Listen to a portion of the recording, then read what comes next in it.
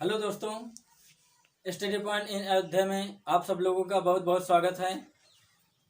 Class 9th का biology मैं पीछे पढ़ाया था, सेल के बारे में पढ़ाया था, कोशिका के बारे में। तो उसको मैं उसका एकदम निचले पार्ट से मैंने लेकर के चला था, उसकी खोज बताया था, कोशिका क्या होती है, कोशिका कितने प्रकार की होती है और एक कोशिकीय बहुकोशिकीय बताया था, इसके बारे में चर्चा किया था। आज हम कोशिका कला के बारे में चर्चा करेंगे, मतलब प्लाज्मा झिल्ली या कोशिका झिल्ली। ठीक है, सेल प्लाज्मा मेम्ब्रेन और सेल मेम्ब्रेन, इसके बारे में आज चर्चा करेंगे कि ये कोशिका झिल्ली होती क्या है। कोशिका झिल्ली होती क्या है, कोशिका को तो मैंने बता दिया था, लेकिन कोशिका के अंदर और बाहर कितने पार्ट पाए जाते हैं, क्या क्या पाया जाता है और उसके कार्य क्या होते हैं, आज इसके बारे में चर्चा करेंगे। जैसा कि आपके स्क्रीन पर सीधा सीधा इंटरफेस हो रहा है ना, देखिएगा। पहले चैप्टर से मैं पहले पॉइंट से मैं चलता हूँ, तो पहले देखता हूँ कि ये सभी कोशिकाओं में जीव द्रव्य के चारों ओर एक पतली झिल्ली पाई जाती है, जिसे हम कोशिका कला कहते हैं। क्या कह रहा है, देखिए, समझने की बात है। सभी कोशिकाओं में ये मैंने कोशिका बना दिया है। ये एक जो रेड कलर का है ना, ये कोशिका को दिखा रहा है, ये कोशिका का चित्र है। ठीक, ये कोशिका को दिखा रहा है, रेड कलर वाला ये कोशिका को दिखा रहा है। ये कोशिका का एक फिगर है। कोशिकाओं में जीव द्रव्य के चारों ओर, अब इसको हम जीव द्रव्य कह देते हैं। ये है ना, अभी इसको मैं दूसरे कलर से कर दे रहा हूं, इसको मैं ब्लैक से कर दिया। और ये जो है, ये जो बिंदी बिंदी सी स्पॉट दिखाई दे रहा है, ये है तुम्हारा जीव द्रव्य। ठीक है, जीव द्रव्य या प्रोटोप्लाज्म। प्रोटोप्लाज्म के चारों ओर देखिए, जीव द्रव्य के चारों ओर एक पतली झिल्ली पाई जाती है, जिसे कोशिका कला कहते हैं। क्या कहते हैं, कोशिका कला कहते हैं। देखिए, ये जो ब्लैक टाइप का मैंने बनाया है, इसी को कोशिका कला कहा जाता है, सेल मेम्ब्रेन कहा जाता है। ठीक, और ये क्या है, ये जीव द्रव्य है। जीव द्रव्य को आकृति एवं आकार देने का ये काम कर रहा है। मतलब ये न तो बाहर जाने दे रहा है और न अंदर से इधर से उधर बाहर नहीं जाने दे रहा है, न अंदर से इधर से उधर जाने दे रहा है। एक शेप एंड साइज देने का काम कर रहा है।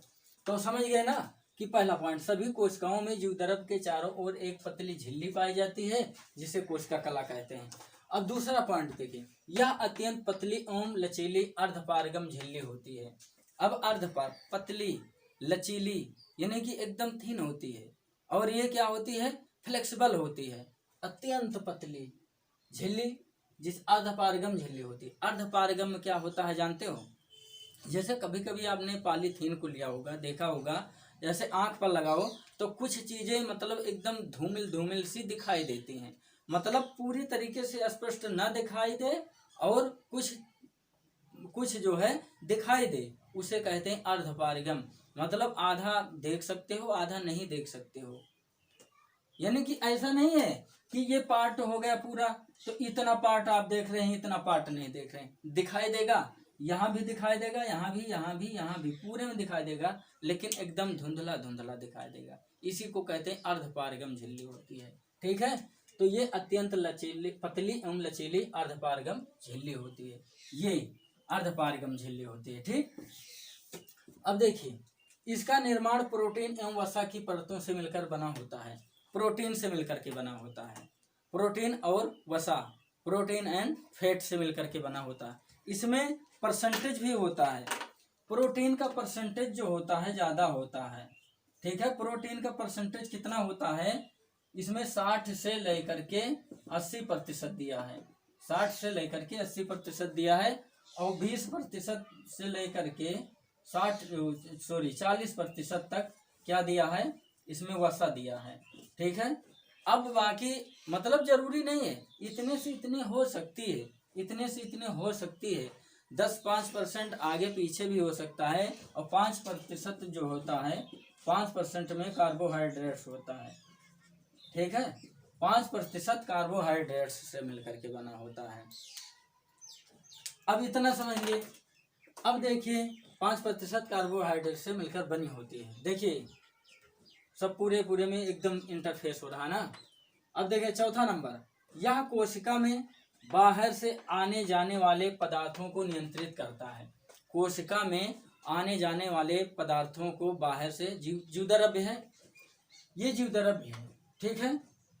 देखिए ये जीवद्रव्य है। इस जीवद्रव्य में इस कोशिका के अंदर ये जो पतली फिल्म बनी है, इसके अंदर आने जाने से कोई मटेरियल जो होता है आने जाने से इसे रोकने का काम करता है। जैसे इन्वेस्ट मटेरियल होता है, खराब पदार्थ होता है, तो उसे आने जाने से रोक देता है, रोकने का काम करता है। फिर है इसके अंदर पुनरुद्भवन की अपार क्षमता होती है। पुनरुद्भवन मैं बताया था, शायद ना पता हो तो मैं बता दे रहा हूँ, ठीक है। तो पुनरुद्भवन होता है पुनर्जन्म। जैसे सेल टूटता है सेल बनता है, सेल टूटता है सेल बनता है। एक सेल टूटा 2 सेल बना, 2 सेल टूटा 4 सेल बना, 4 सेल टूटा 8 सेल बना, 8 सेल टूटा तो 16 सेल बना। ऐसे 64 से जो है बहुत ज़्यादा सेल बन जाते हैं। तो पुनरुद्भवन की क्षमता ज़्यादा पाई जाती है, मतलब रिकवर होता है। पुनरुद्भवन का शाब्दिक अर्थ अगर लोगे तो पुनरुद्भवन मीन्स होता है कि कोई जैसे घाव हमारे शरीर में हो जाती है तो वो पुनरुद्भवन की क्रिया के द्वारा घाव को जल्दी भरने का काम करती है। इसी को कहते हैं पुनरुद्भवन, रिग्रेनेशन, ठीक है। अब इसके हाँ ये तो हो गया। छठा नंबर देखिए, यह 75 एंगस्ट्रॉम मोटी परत होती है, ठीक। 75 एंगस्ट्रॉम बहुत पतली होती है, यानी कि ये क्या होती है, माइक्रोस्कोपिक होती है। सॉरी चलो रहने दो, अब उसका काम खत्म भी हो गया। ये माइक्रोस्कोपिक होता है,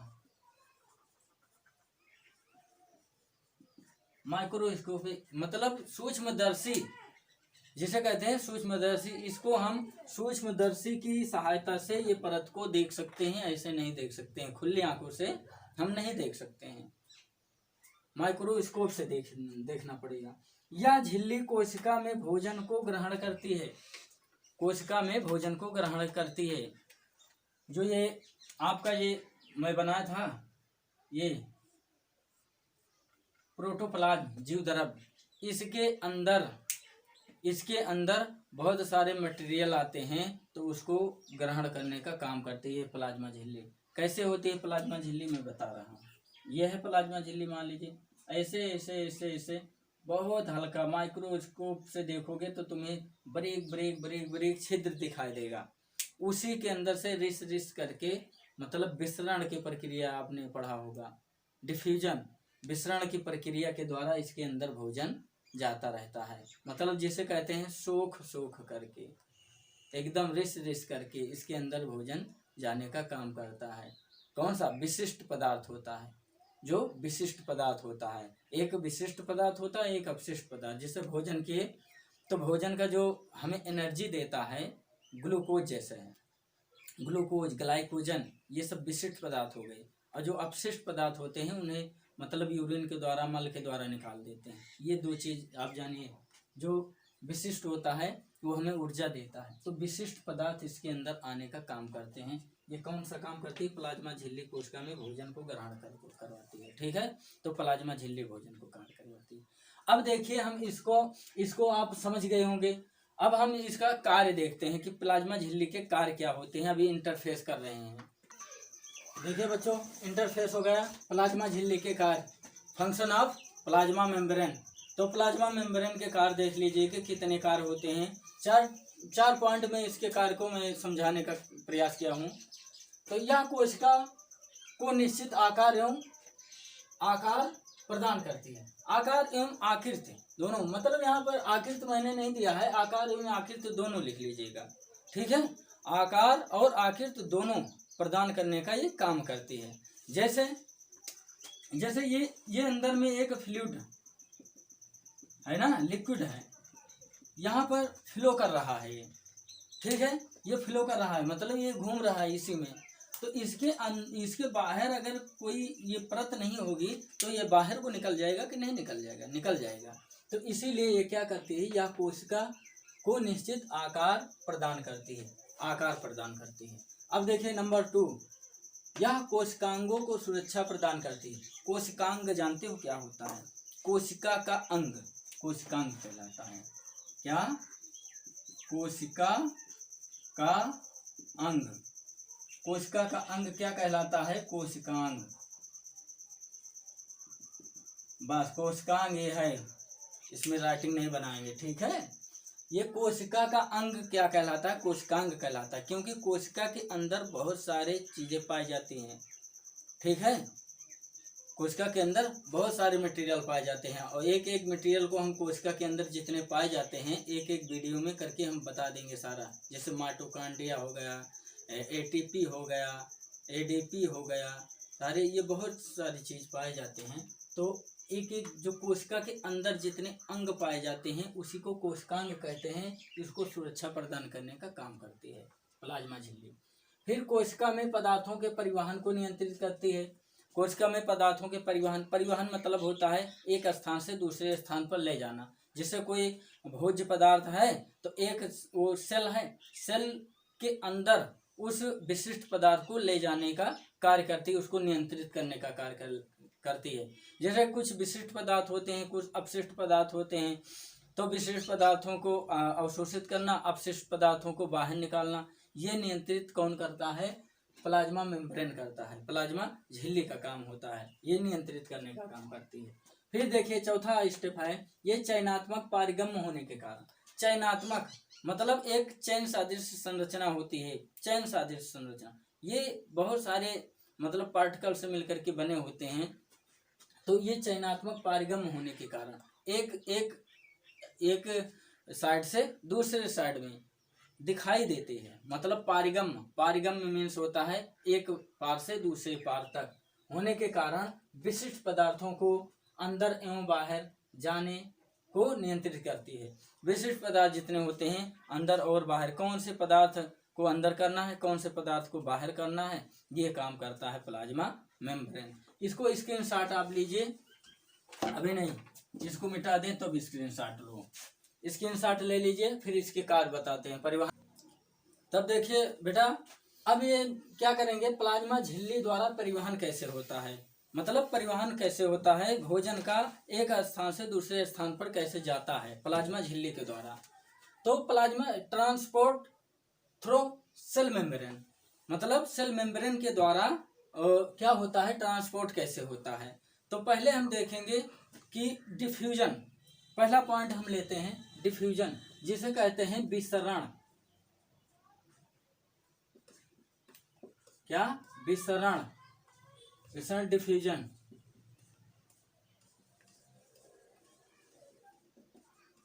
डिफ्यूजन, ठीक है। अब आपको फिजिक्स वाले सर पढ़ाए होंगे विसरण और एक प्रसरण, ठीक है, विसरण और प्रसरण। तो एक स्थान से मतलब उच्च सांद्रता वाले,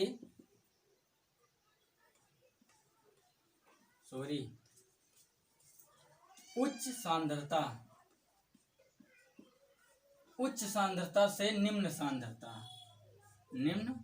सांद्रता। आप देखते होंगे कि कभी आप सिलेंडर को देखा होगा, जो बड़ा सिलेंडर होता है उसकी गैस छोटे सिलेंडर में चली जाती है, ठीक है। समझाने का प्रयास कर रहा हूं। ये एक बीकर है और ये एक बीकर है, ठीक है। इसमें पानी इतना है, ठीक है। समझने का प्रयास करिएगा, बस कोई इसमें कुछ करना नहीं है। इसमें इतना पानी है। अब बताइए आप कि इसका पानी इधर जाएगा, इसका पानी इधर जाएगा ना, इस बीकर का पानी इधर जाएगा, तब तक जाएगा कि जब तक दोनों की सांद्रता बराबर ना हो जाए, जब तक दोनों की सांद्रता बराबर ना हो जाए। अब इसका दोनों का यहाँ तक, अगर यहाँ तक है तो इसका यहाँ तक हो गया। अब ये खाली होकर के यहाँ तक ये भी हो गया, तो दोनों की सांद्रता बराबर हो गई ना। मतलब हम कह सकते हैं कि उच्च सांद्रता से निम्न सांद्रता की ओर पदार्थों का परिवहन होता है, जब तक कि उसका क्या बैलेंस बराबर ना हो जाए, उसकी सांद्रता बराबर ना हो जाए, ठीक। तो जहाँ से प्रेशर ज़्यादा बनता है, जिसका ज़्यादा मतलब वैल्यू रहेगा, वहाँ का प्रेशर ज़्यादा बनेगा लो सांद्रता की ओर। ठीक है, तो लो सांद्रता की ओर। अब हम इसको समझाने का, ठीक है, तो आइए देखते हैं कि ये इसका सांद्रता कैसे होती है। जैसे लेक्चर सुन लीजिए, बस लिखना आपका काम है। तो मेरे शरीर में ऑक्सीजन है और कार्बन डाइऑक्साइड है। ठीक है, मेरे शरीर में ऑक्सीजन है और कार्बन डाइऑक्साइड है। अब ये आप बताइए कि हम कार्बन डाइऑक्साइड को बाहर निकालते हैं और ऑक्सीजन को अंदर लेते हैं, तो इसका मतलब आप खुद समझ जाइए कि कार्बन डाइऑक्साइड हमारे शरीर के सेल में, जो हमारे शरीर है, शरीर के सेल में कार्बन डाइऑक्साइड की मात्रा ज़्यादा है और इस वायुमंडल में कार्बन डाइऑक्साइड की मात्रा कम है। तो मेरे शरीर से कार्बन डाइऑक्साइड की मात्रा क्या है, बाहर निकल रही है। तो मेरे शरीर में उच्च सांद्रता है कार्बन डाइऑक्साइड की और वायुमंडल में निम्न सांद्रता है। तो मेरे शरीर से वहां पर जाती है, बाहर को निकल जाती है कार्बन डाइऑक्साइड। और ये देखिए, वायुमंडल में ऑक्सीजन की मात्रा ज़्यादा है और हमारे शरीर में शरीर के सेल में ऑक्सीजन की मात्रा कम है। तो वापस हम लेते हैं कार्बन डाइऑक्साइड को, मैं एक्सक्रेट आउट करते हैं और ऑक्सीजन को हम इनगेस्ट करते हैं। ठीक है, मतलब इंजेक्ट करते हैं, अंदर लेते हैं। तो मतलब ऐसा होता है कि परिवहन ऐसे होता है, कोशिका झिल्ली के द्वारा, सेल मेम्ब्रेन के द्वारा परिवहन इसी प्रकार होता है कि उच्च सांद्रता से पदार्थों का, यानी कि भोज्य पदार्थों का उच्च सांद्रता से निम्न सांद्रता की ओर ट्रांसफर होना क्या कहलाता है, विसरण कहलाता है। पदार्थों का उच्च सांद्रता से निम्न सांद्रता की ओर गमन क्या कहलाता है, विसरण कहलाता है। यही चीज होता है। तो इसका दो उदाहरण मैंने बता दिया कि एक कार्बन डाइऑक्साइड का और एक ऑक्सीजन का, ऐसे इसका परिवहन होता है। अब इसको लिख लीजिएगा और चाहे मेरे आवाज के द्वारा इसको कैच करके आप रिवर्स करके वीडियो उसको लिख लीजिएगा। ठीक है, बाकी आज के लिए इतना ही, और बाकी हम अगले वीडियो में मिलेंगे। तब तक अपना ख्याल रखिएगा। Take care, bye.